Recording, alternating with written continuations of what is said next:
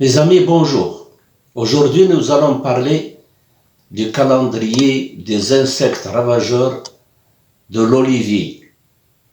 Après la taille, nous commençons la campagne avec la période de la floraison.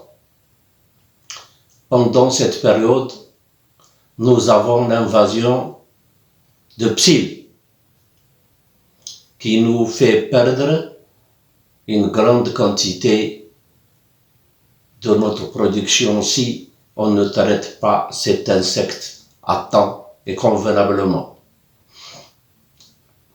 Puis nous avons la pyrale de l'olivier. Ce papillon qui se promène au gré du vent et qui pond par-ci et par-là, ses œufs éclosent et donnent naissance à des chenilles qui mangent les jeunes feuilles et les petits fruits. Les jeunes feuilles et les petits fruits en cours de formation. Après, nous avons la teigne, qui est due elle aussi à un papillon qui pond ses œufs et dont les œufs éclosent et donnent des chenilles. Celle-ci mange les bourgeons. Celle-ci mange uniquement les bourgeons. Et nous savons que si ces chenilles mangent les bourgeons, la récolte de l'année d'après s'en trouve touchée, parce que une fois le bourgeon mangé par la chenille, il passe un bon bout de temps avant que nous ayons un autre bourgeon qui généralement pousse sur le côté, pas au bout du bois, pas à la partie apicale, mais à la partie latérale. Après, nous avons la mouche, la fameuse mouche de l'olive. Cette mouche qui pond de 400 à 500 œufs et qui veille à ne pondre qu'un œuf par fruit et à le mettre à l'intérieur du fruit. En été, nous avons le néron de l'olivier. Le néron de l'olivier ou le scolyte. Cet insecte